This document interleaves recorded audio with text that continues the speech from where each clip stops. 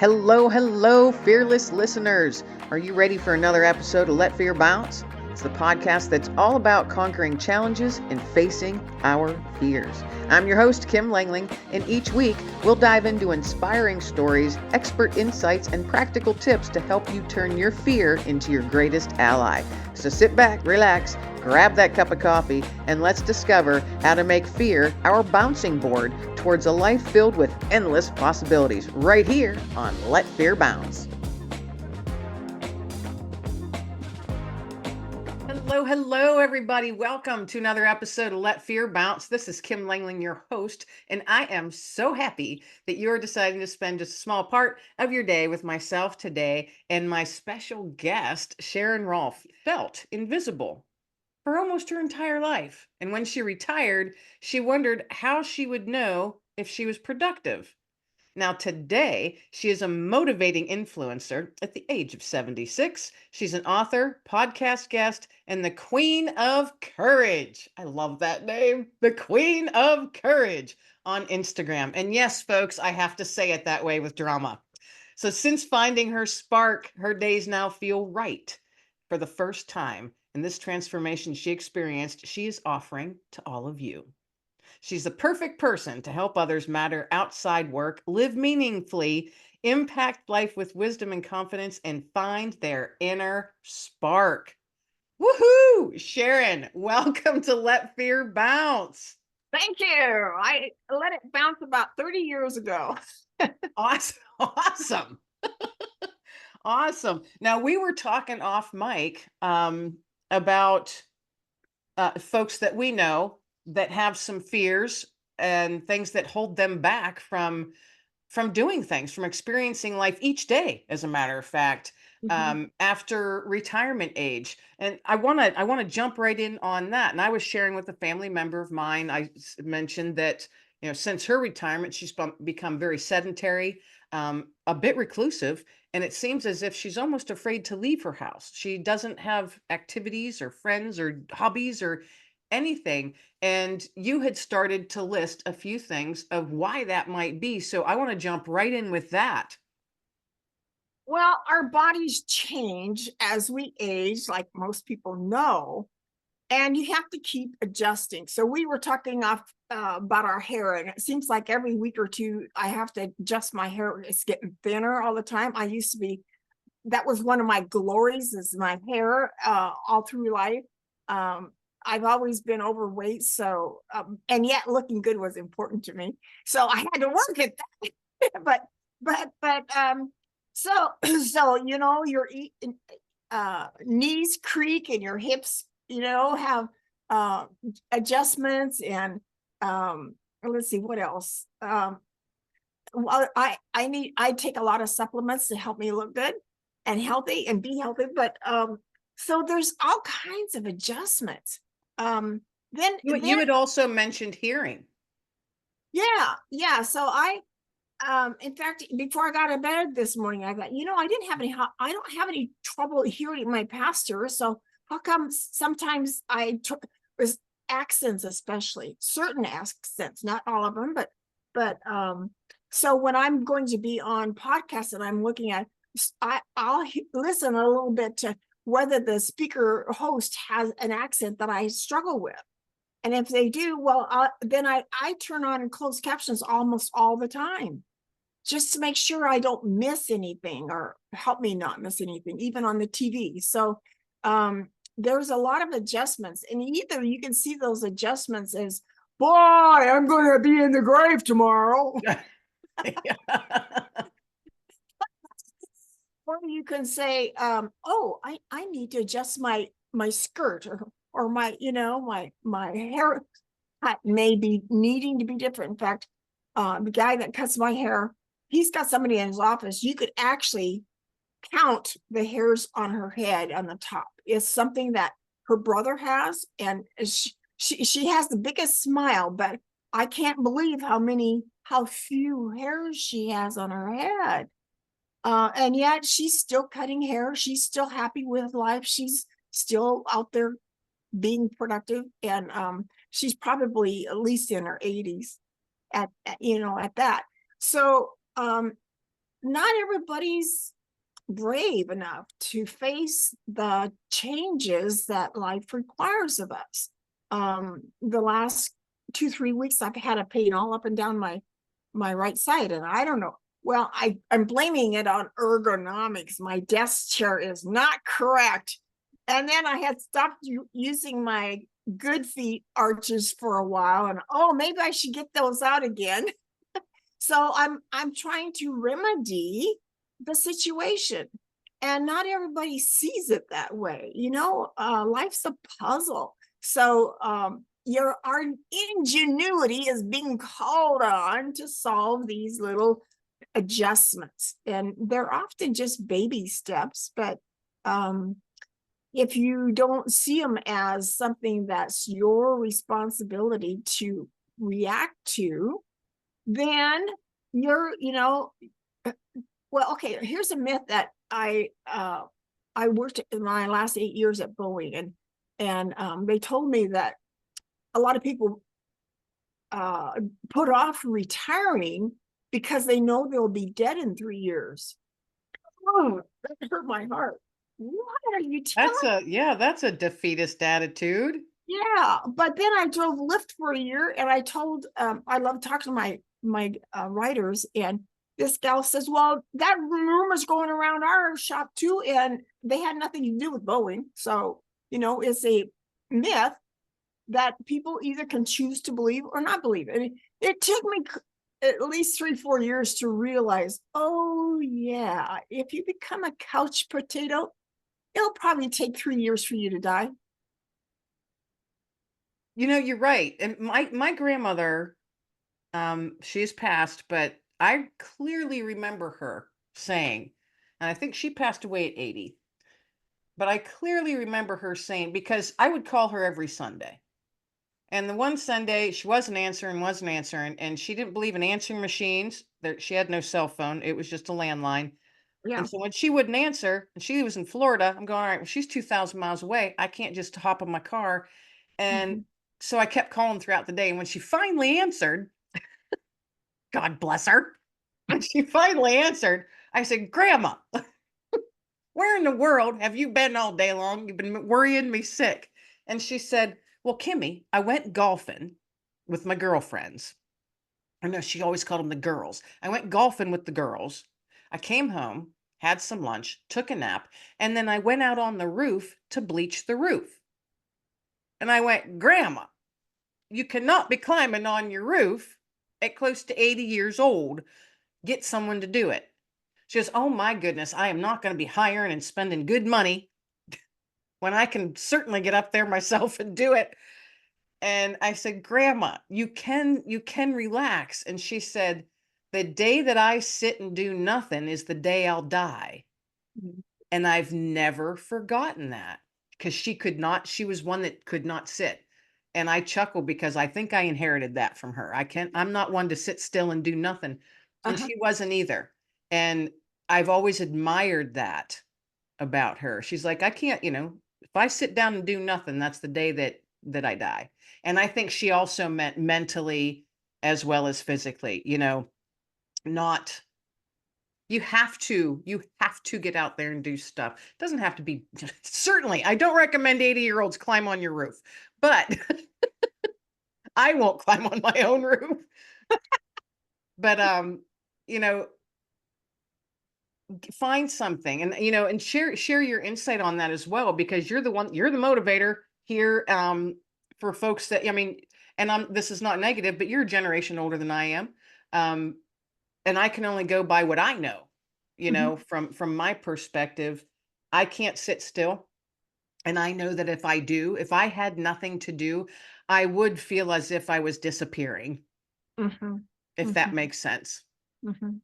Yeah, for some reason, I have a chair here, that living room chair, and for some reason, I've often pictured sitting in that chair 24/7 and still being able to contribute to life.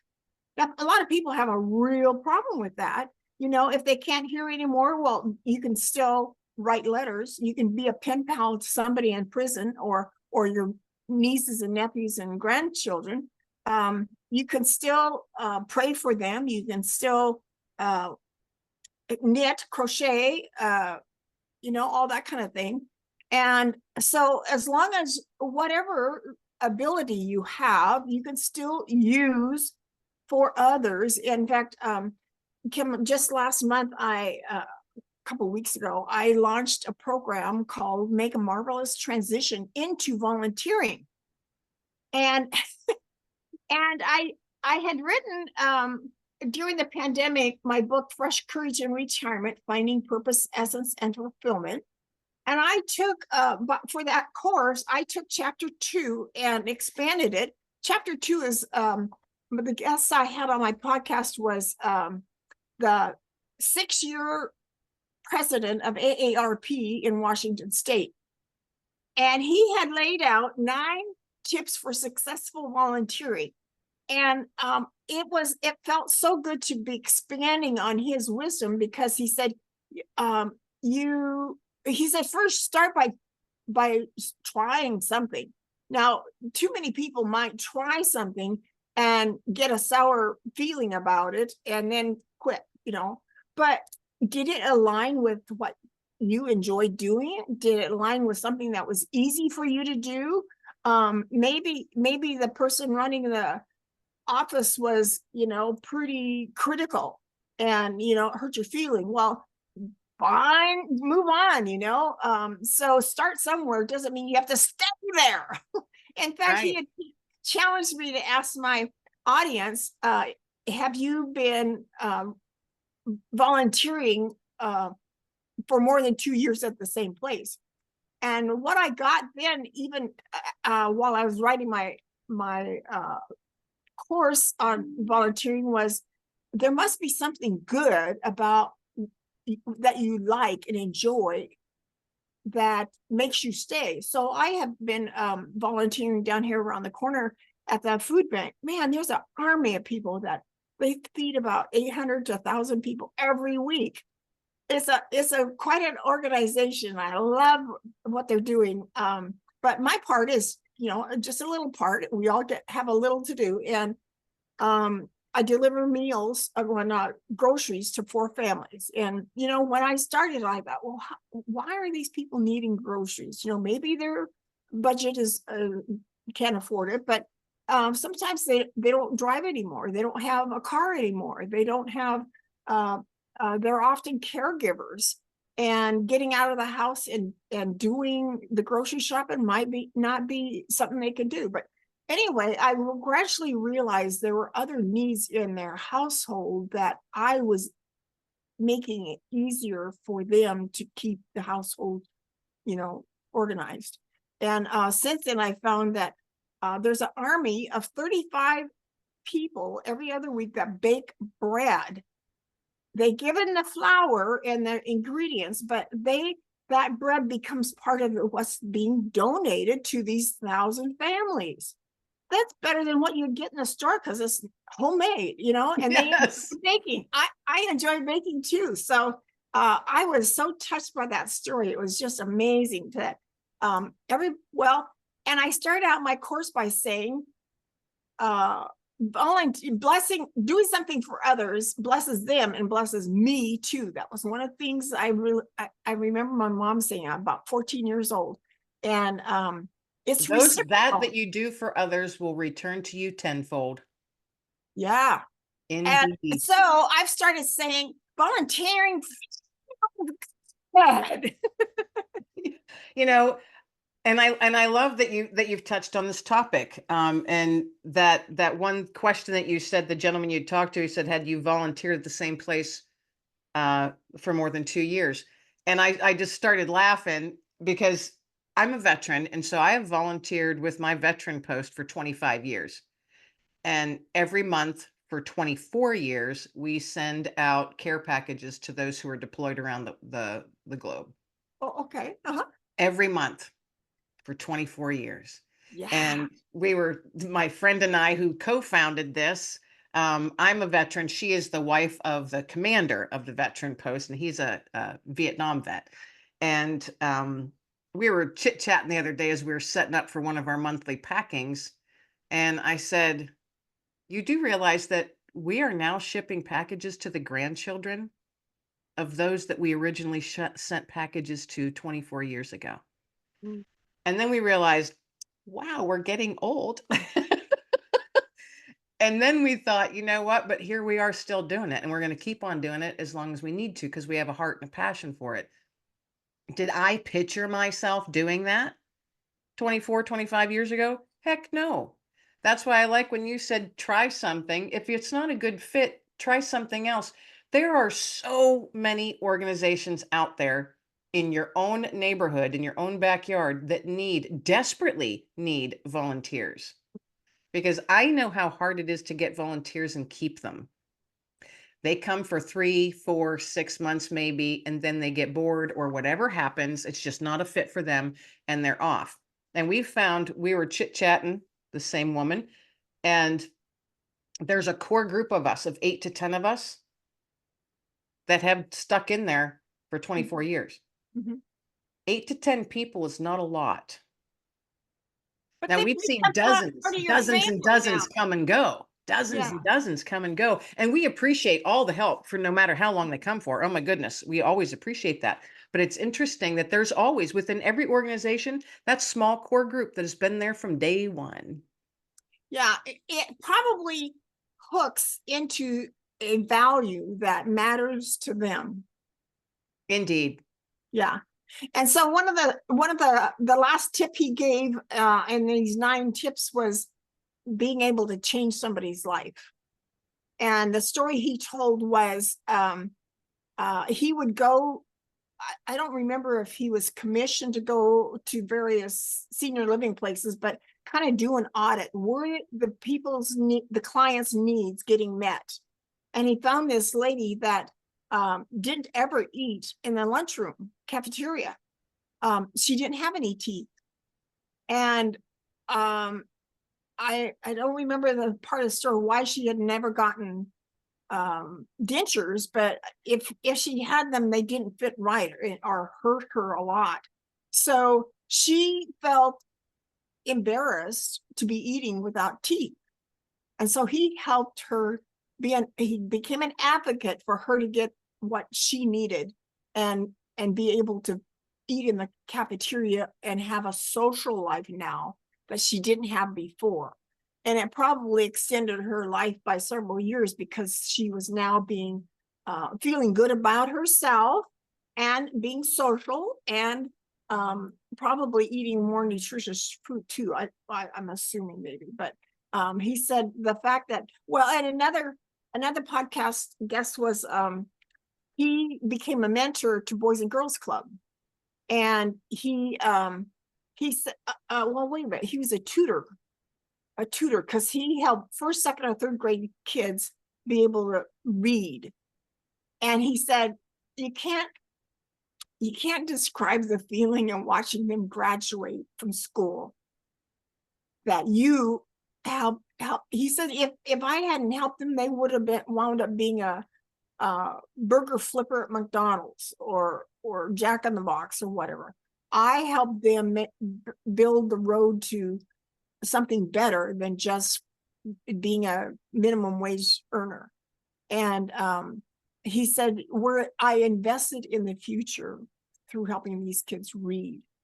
That's I love that he, the how he invested in the future. I think that everyone who volunteers, you're investing in the future of whatever that person that you're helping out is going through. You know, Mhm. I've invested years and years and years of helping struggling veterans.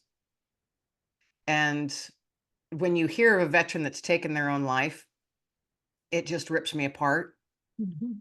Mhm. And unfortunately, we can't save them all, but we can toss out those nuggets of hope every darn day and pray that they land exactly where they're supposed to, because they will.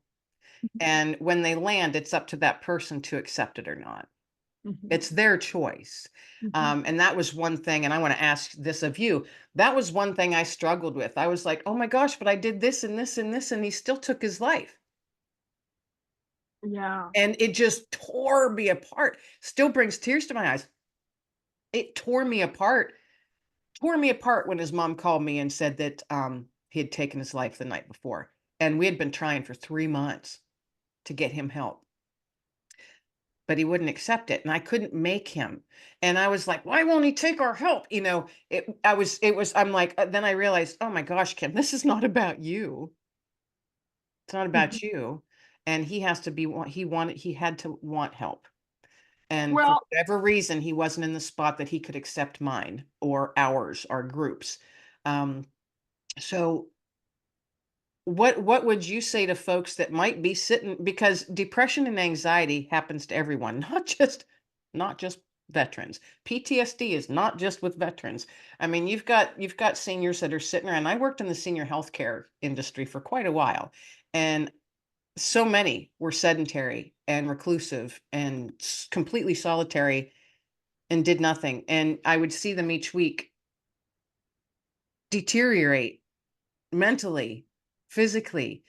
Um, what's a couple of things that you personally can share with folks that might be in that spot, that might be sitting in their assisted living apartment, and like you had mentioned, the woman that didn't have dentures, for whatever reason, they might think, "Oh, I can't go out. I can't do this. They're not going to want to meet me. No one's going to like me. My knees hurt. I might fall." You know, what's a couple things that you can say to those folks that feel like so they're so lost and lonely and solitary? Those ones that are stuck there in that spot for whatever reason, because those are true and very real to them. I mean, I'm certainly not going to say, "Oh, come on, just pull up your pants and let's go." You know, those are real, very real feelings that they're feeling. What's a couple things that you can share with folks that might be in that situation, that might even very well be listening right now? yeah, my feeling invisible was a choice in my youth. Ah, Uh, there, that's a hard-hitting truth, isn't it? yeah, there was sexual abuse in our home. My sister had a baby by my dad. I, my, my belief then, your brain tries to figure out how to be safe. And I decided that if I doubled down, got good grades, was obedient, didn't rock the boat, I would be safe. Mm. And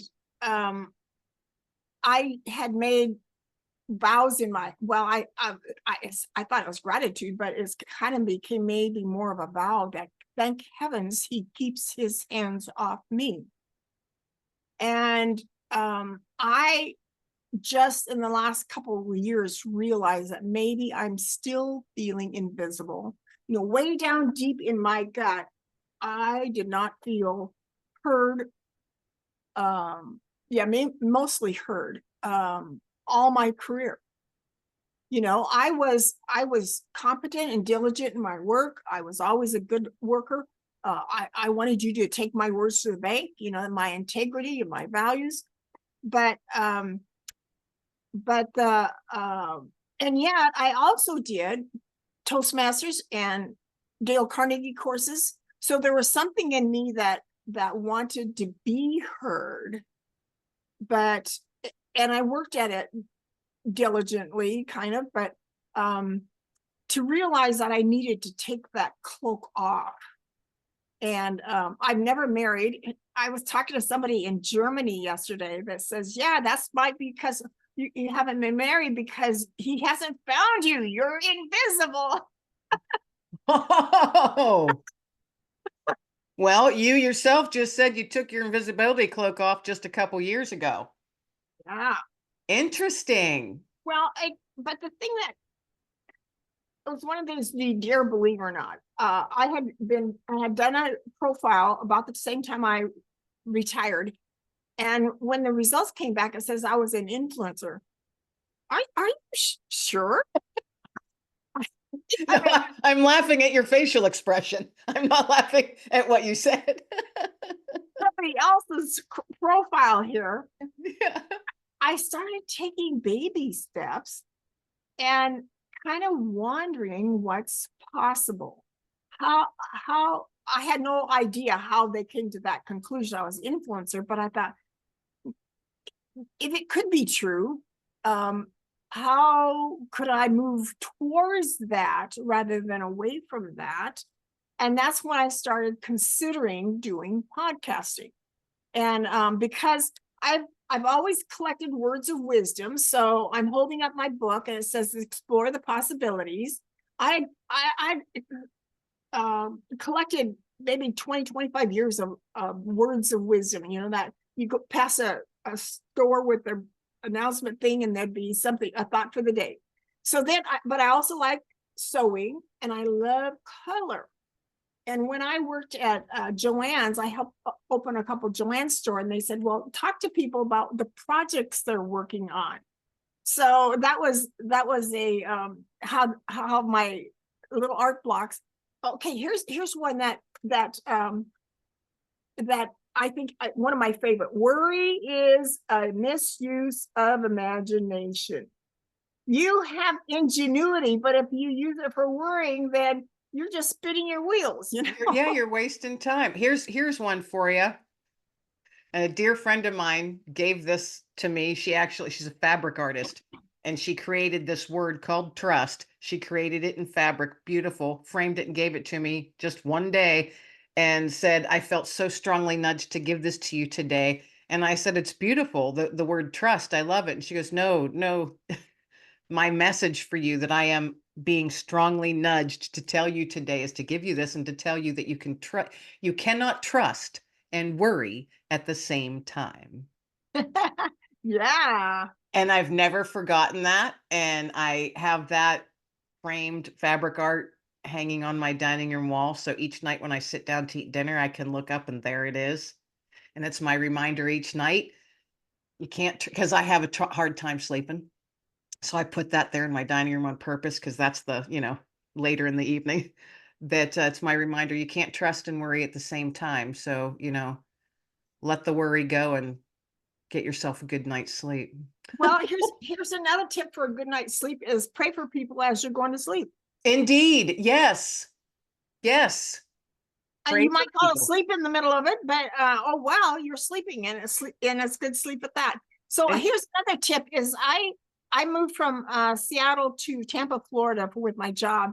And I my friend here had told me on, they made a little movie of tips for Sharon where she's gone, and she said don't turn around and come home being homesick until you've given yourself 6 months. So 3, 4 months in, I thought I was doing fine, and then I hit a wall. And I came across I think I looked up some verses in the Bible about courage. Well, Joshua 1 and 2 is a lot of courage. Do not be afraid. Be of courage. Be of good courage. Be of great courage. Do not fear. And I started stomping my foot and kind of repeating those phrases around courage.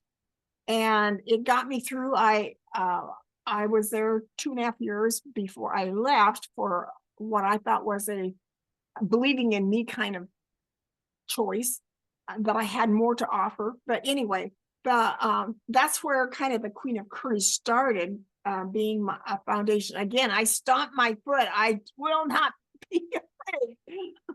I'm emphatic, I mean this. I love that. Yes, I love that. Yeah, do not fear, be of good courage. Yeah. Good reminders. Good Because it seemed like a message to a pretty everyday guy.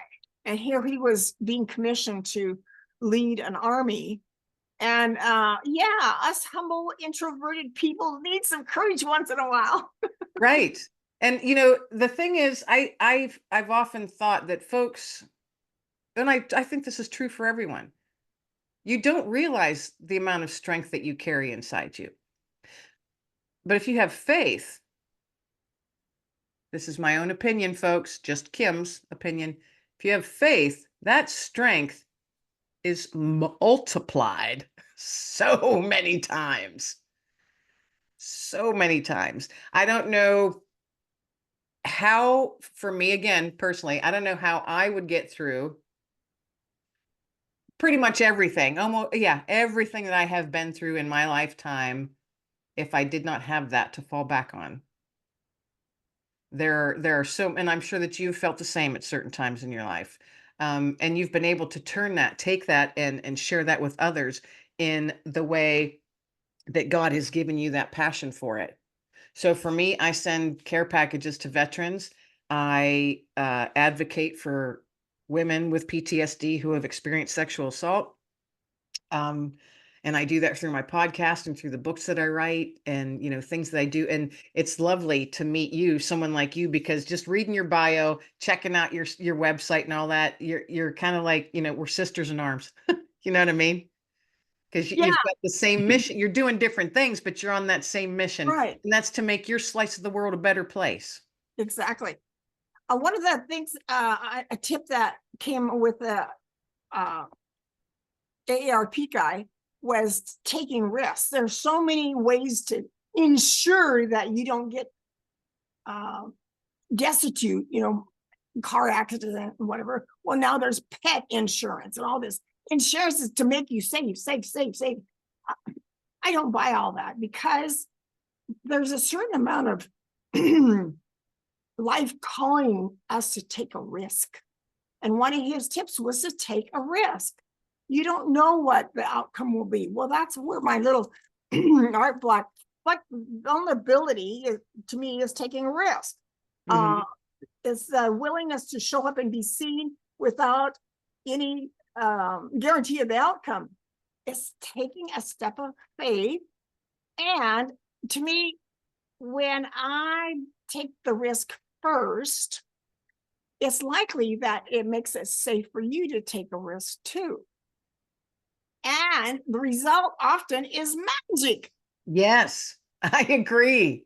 because I we agree. connect. Yeah, yeah, Yeah, yeah, you have to step out in faith. You just do. yeah, Otherwise we will end up sitting in our recliners in our living room doing nothing. yeah. I don't want to be that person. Well, and as long as you're still breathing, you've got a reason to be here. Excuse me. Yes. Oh, no, I completely agree. And like you had mentioned at the top of this show when we first started chatting, you said, so maybe you need hearing aids or you can't hear, but you can still write letters to people. Yeah. Write cards, send cards to friends or, other people. Maybe you live in a community or maybe you're even in a nursing home or an assisted living. You can still write out cards and deliver them to your I neighbors. I've kind of wondered why, but I have saved every single card anybody ever gave me. And Wow. yeah, I couldn't quite put my finger on why this was important to me, but I finally let them go. And somehow I think it was a validation.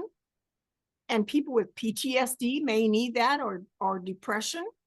Um, I have one or two I kept that had such a precious verse to it about how amazing I was and all that. But the the best, hey, let's start here, Kim.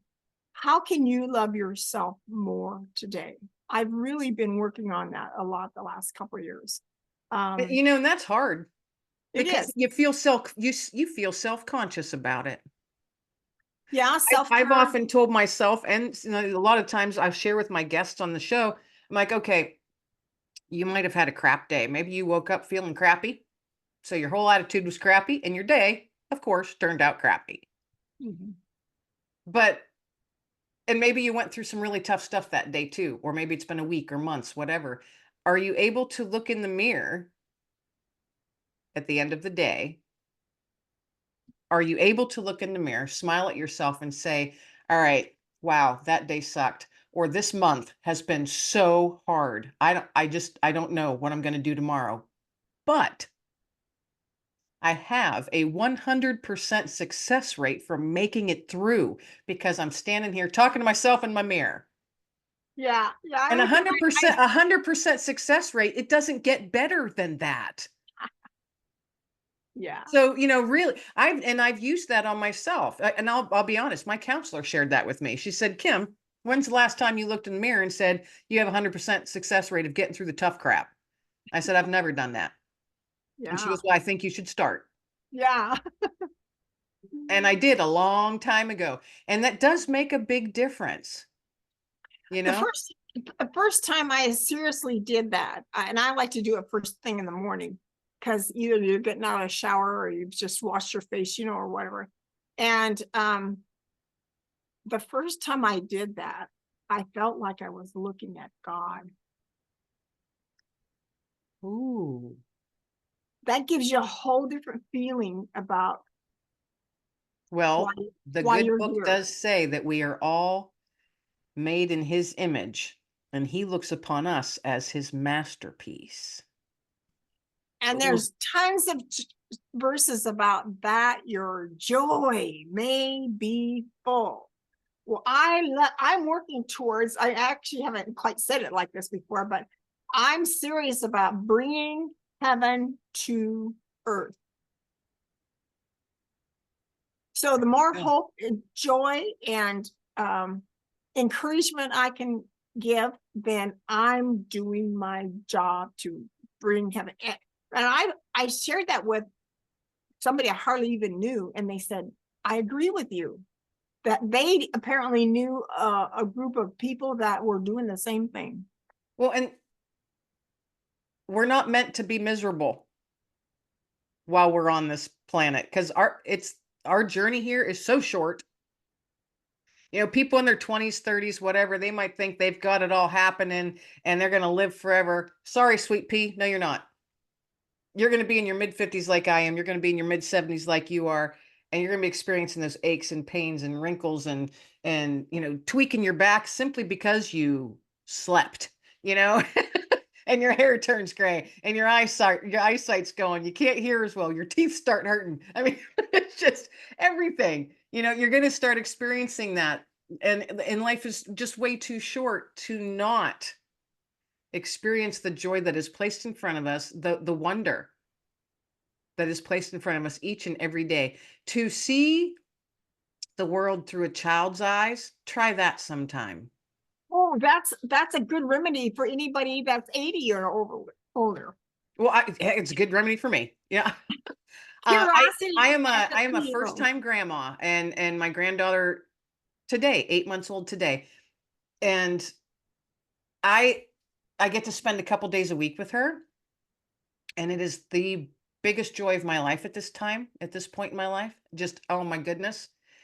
And even though I try diligently each day to see what God has put in front of me, whether it's a dewdrop or a deer walking through the field with her fawn, having the little one around and sitting there going, all right, Kim, look at the world how she sees it. Everything is big and amazing and wondrous. And oh my goodness, what's that? Oh my goodness. You I mean, have to that's how we should be facing each day with that joy and wonder of, oh my goodness, look what's in front of us today. well, and you get to have fun on purpose. Fun Indeed. to play. I don't- I'm still working on finding joy. I'm willing to make joy a priority, but to actually live it yet. But I did a couple things this week in the outside, walking down here by the water, and what was the other thing? Anyway, I and how can I add more of that to every single day? Yeah. That's a good question. I think that we can get ready to wrap up on. What can we do? How did you just word that? I'm sorry. At least see, look at me. I forgot already. Having joy. Yeah. Okay. I take a walk every day down my street, and I take biscuits with me to feed the dogs. I get my kisses from dogs because they love my biscuits. But how perfect. Because it's such a pure moment. Exactly. And yeah, find those pure moments, folks, because they're literally in front of you every day. Okay. So here's my thought to leave with you today. Yeah, You please ready? toss out. I ask all of my guests to toss out a nugget of hope. to the listeners, something that they can tuck away and carry with them for the rest of the day or longer. So, what Yeah, would your nugget of hope be? this is good for decades. If one has a talent and fails to use it, one has failed. If one has a talent and partially uses it, one has partially failed. If one has a talent and finds somehow to use the whole of it, they have gloriously succeeded and won a satisfaction few people ever know. Oh, mic drop. Oh, I love that. Is that a Gloriously, quote from someone, or is that something yeah, you I created? believe it's Thomas Wolfe. I picked it up from a picture hanging on the wall at work one day, and I picked it up and shared it a lot. Yeah, because Oh, that's awesome.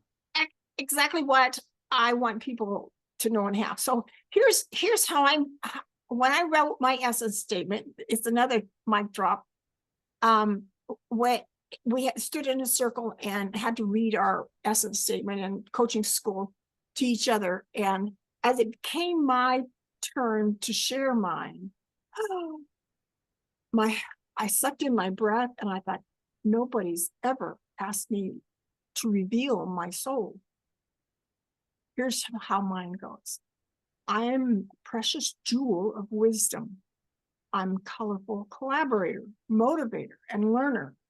I am tranquil, authentic, and pure inspirer. I light fires. That is awesome. I I want, love that. I want everybody to know what God put inside of them. And then Indeed. it feels like heaven on earth. Because then you're just full of it. You're full of energy. You got that spark going. Oh my goodness. Oh, I love that. Love it. Woohoo! I'm waiting for people to well, for God to reveal to them. They need to know that about themselves. And Yes. then align their walk and their decisions with that truth. Yes. I agree. And that's up to each individual. And I can help them. You and I, it's our job to just toss those nuggets out there because for whatever reason, God has commissioned us to do that. Yes. And so I know for me, I shall continue. I am positive you shall continue to do so. Here we go. That's right. Here we go. Keep it going. Thank you so much, Sharon, for being my guest today. This has been an absolute pleasure and a blessing. I am so happy that I got a chance to meet with you and spend some time with you today. So thank you for being my guest. Well, thank you for having me. It's an honor. Let's do it again. Yes, I was just going to say, let's do it again. Fresh courage. It's your time to shine. Woohoo! Hands in the air. Awesome. Now, everybody out there, I hope that you enjoyed this episode as much as I did having Sharon as my guest.